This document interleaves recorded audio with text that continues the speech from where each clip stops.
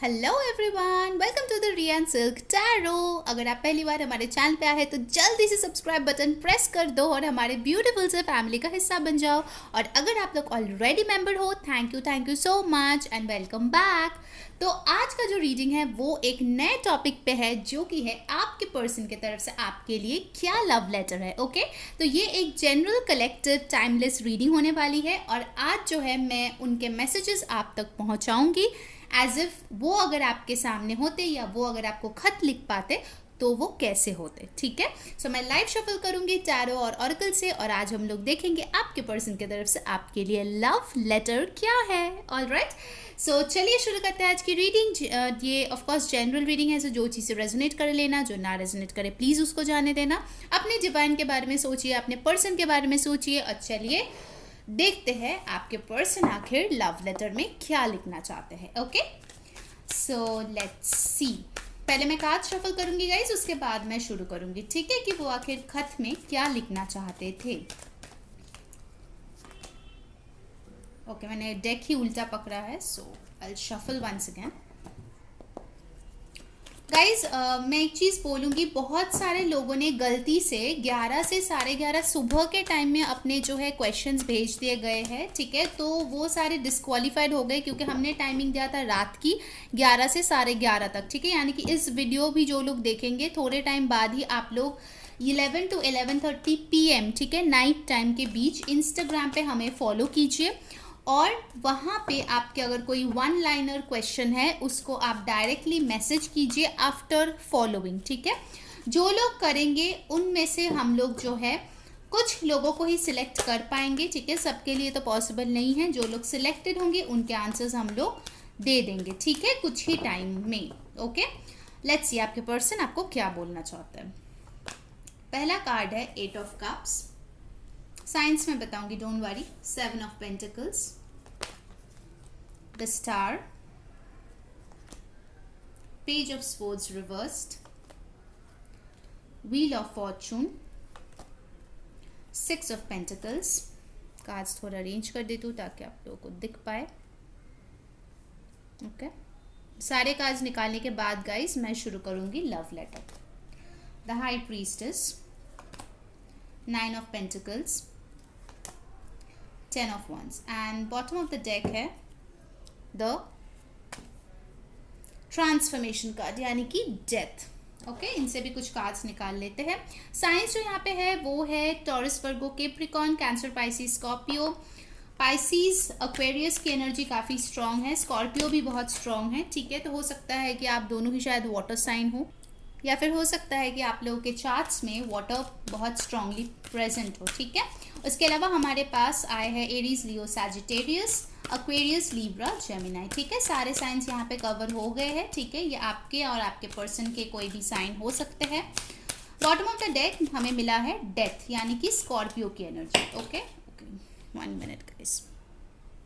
Alright, तो चलिए हम लोग ऑरेकल से भी कार्ड्स निकाल लेते हैं, फिर शुरू करते हैं उनके तरफ से love letter. Fertility, number 3। Okay, numbers जो इम्पॉर्टेंट है वो है यहाँ पे 2, 9, 10, 1, 6, 10 काफ़ी इम्पॉर्टेंट है, 8, 7, 16, 17 भी। ठीक है, और नंबर 3 भी आया है यहाँ पे। ठीक है, तो कोई यहाँ पे टॉरस भी हो सकता है। टॉरस और लीब्रा का भी एनर्जी काफ़ी स्ट्रांगली यहाँ पे प्रेजेंट है। ओके, थर्ड आई चक्रा, नंबर 6, और एक कार्ड हम लोग लेंगे और फिर शुरू करूंगी मैं। ठीक है, ये उनके मैसेजेस होंगे पर वो मेरी जुबानी होगी। ठीक है, मैं बोलूंगी prosperity begins, ace of pentacles, Taurus, Virgo, Capricorn. Alright, bottom of the deck we have got the truth, number 20 और 2। ठीक है, ऑलराइट, तो चलिए अब मैं शुरू करती हूँ। ठीक है, हाय जान, कैसे हो तुम? बड़े टाइम हो गए, बातचीत ही नहीं हुए ना हमारे बीच। मुझे पता है तुम्हें लगता है कि हमारे बीच सब कुछ ख़त्म हो चुका है क्योंकि मैंने ऐसे ही काम किए हैं, मैं तुमसे दूर हो गया। बट ये मत सोचना कि मैं तुमसे हमेशा के लिए दूर गया हूँ या गई हूँ। मैं वेट कर रही हूँ। एक होप मेरे दिल में अभी भी है कि कभी ना कभी तो हम लोग ज़रूर साथ आएंगे।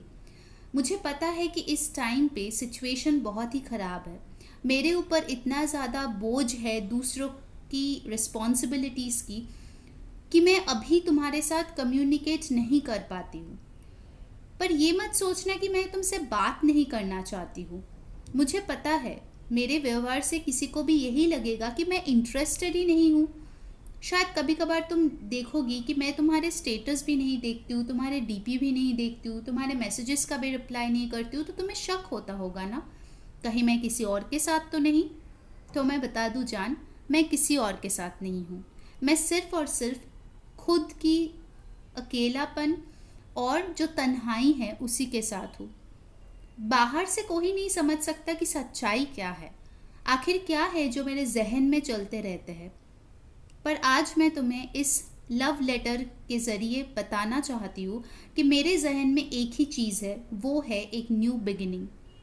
हाँ, ये न्यू बिगिनिंग दूसरे न्यू बिगिनिंग्स की तरह नहीं होंगे जहाँ पे मैं आऊँगा और फिर चला जाऊँगा कुछ टाइम बाद। मुझे पता है मैंने बहुत तकलीफ़ें दिए हैं तुम्हें। शायद तुमने भी मूव ऑन करने की कोशिश कर लिया होगा मुझसे, बट क्या तुम सच में कर पाई हो? सच सच बताना। मुझे तो नहीं लगता, क्योंकि मुझे लगता है कि हमारे जो कनेक्शन है वो डिवाइन है, वो फेटेड है, डेस्टिनी ने बनाया है। इतना आसानी से नहीं तोड़ पाओगे तुम उसको, और ना ही मैं तोड़ पाऊंगा। जान, मुझे एक न्यू बिगिनिंग करनी है तुम्हारे साथ, एक स्टेबल न्यू बिगिनिंग जहाँ पे इक्वल गिव एंड टेक हो, जहाँ पे तुम मुझे टाइम दो, मैं तुम्हें टाइम दूँ, हमारे एफर्ट्स म्यूचुअल हो। पर तुम्हें तो पता है ना कि मेरी फैमिली इसके खिलाफ है। मेरे मदर इश्यूज़ है, तुम्हें तो पता है ना। कुछ इनर चाइल्ड इश्यूज़ है जिससे मैं अभी तक उभर नहीं पाया हूँ। बहुत बहुत ज़्यादा मुश्किलों से मैं अभी घिरी हुई हूँ और बहुत ज़्यादा प्रॉब्लम्स का सामना मुझे करना पड़ रहा है। तुम्हें नहीं पता क्या क्या चीज़ें मेरी ज़िंदगी में हो रही है, और मैं तुम्हें उससे इसीलिए दूर रखता हूँ ताकि तुम प्रोटेक्टेड रहो। मैं नहीं चाहती हूँ कि जिस दलदल में मैं फंसी हुई हूँ उसमें तुम भी आ जाओ। तुम अपने ऊपर बहुत अच्छा काम कर रही हो, बहुत ज़्यादा अपने ऊपर तुम फोकस्ड हो, तुम बहुत प्योर सोल हो, और तुम्हारे इंट्यूशन भी बहुत स्ट्रॉन्ग है। मैं बहुत रिस्पेक्ट करता हूँ तुम्हारा। पर क्या करूँ, जैसे तुम मुझे पाना चाहते हो इस वक्त वो पॉसिबल नहीं है। कुछ सच्चाई है जो मैं तुम्हें बताना चाहता हूँ। शायद तुम्हें नहीं लगता कि ये सारी चीज़ों की ज़रूरत है, बट ज़रूरत है, क्योंकि तुम्हें पता चलना चाहिए कि आखिर मेरी ज़िंदगी में चल क्या रहा है। तुम ऊपर से देखते होंगे कि मेरी ज़िंदगी में सब कुछ है, पैसा, ऐशो आराम, दोस्त। मेरे डीपीज़ देख के सोचते होंगे कि मुझसे ज़्यादा खुश नसीब या खुश इंसान इस दुनिया में कोई नहीं है, सब लोग मुझे चाहते हैं, यही सोचते हो ना तुम। बट मैं तुम्हें बताती हूँ, इस दुनिया में अगर किसी ने मुझसे सच्चा प्यार किया और सच्चे दिल से चाहा, तो वो सिर्फ और सिर्फ तुम हो। ये जो भी बाहरी दुनिया है, जो भी ये ग्लिटर्स है, जो भी ये शाइनिंग चीज़ें हैं, ये ज़्यादातर फेक है जान। ये तुम्हारे तरह सच्चा नहीं है, और ना ही तुम्हारे तरह फुलफिलिंग है।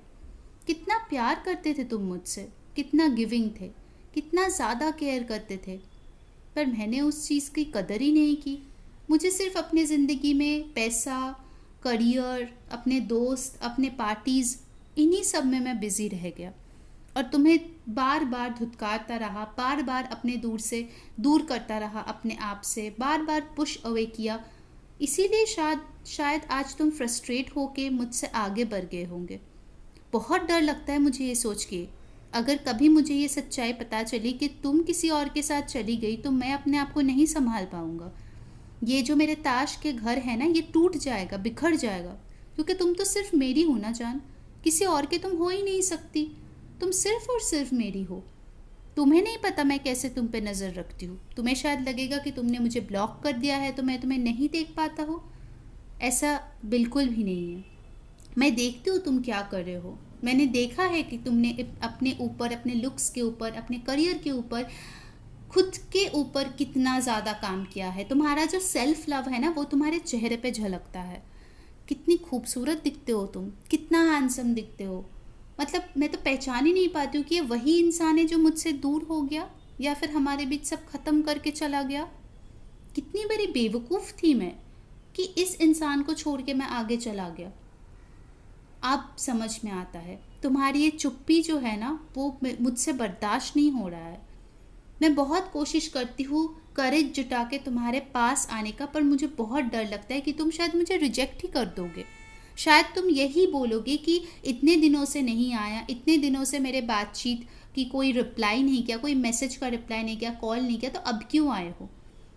तुम वो तो नहीं करोगे ना जो मैंने तुम्हारे साथ किया है, क्योंकि तुम मुझसे काफ़ी ज़्यादा बेहतर एक इंसान हो। मैं कोशिश कर रही हूँ, हो सके तो मुझे थोड़ा टाइम दे दो, बट येस, मैं डेफिनेटली कोशिश कर रही हूँ। एक चीज़ मुझे तुम्हें और बतानी है जान, कि अभी जो है मैंने कुछ नया शुरू किया है, ठीक है, अपने करियर में। मैं वेट कर रही हूँ उसको सक्सेसफुल करने के लिए, बहुत ज़्यादा काम कर रही हूँ, ज़्यादातर टाइम मेरे काम पे ही चला जाता है।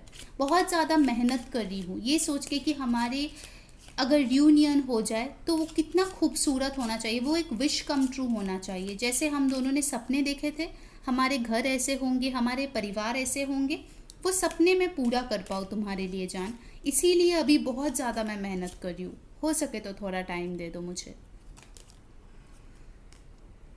तुम मेरे लिए इतना प्रेशियस, इतना कीमती एक गिफ्ट हो कि मैं बयां नहीं कर सकती। और अगर तुम सोच रहे हो कि मैंने कभी नहीं सोचा तुम्हें कुछ देने के बारे में, तो तुम गलत हो।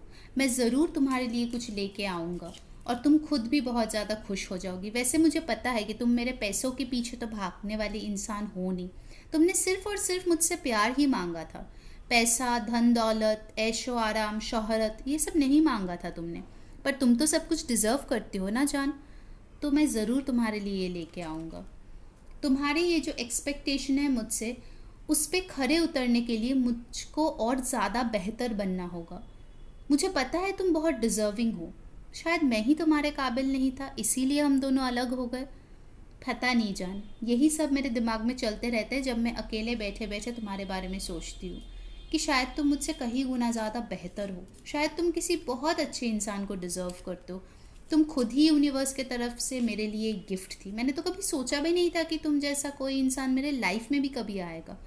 पर जब तुम आई ना, मुझे सच में पता चला कि यार सही में कितना अच्छा कोई इंसान हो सकता है। तुम्हारा दिल बहुत पाक है, बहुत ज़्यादा सुंदर है तुम्हारा दिल। सबसे खूबसूरत चीज़ जो है ना तुम में, वो है तुम्हारा दिल।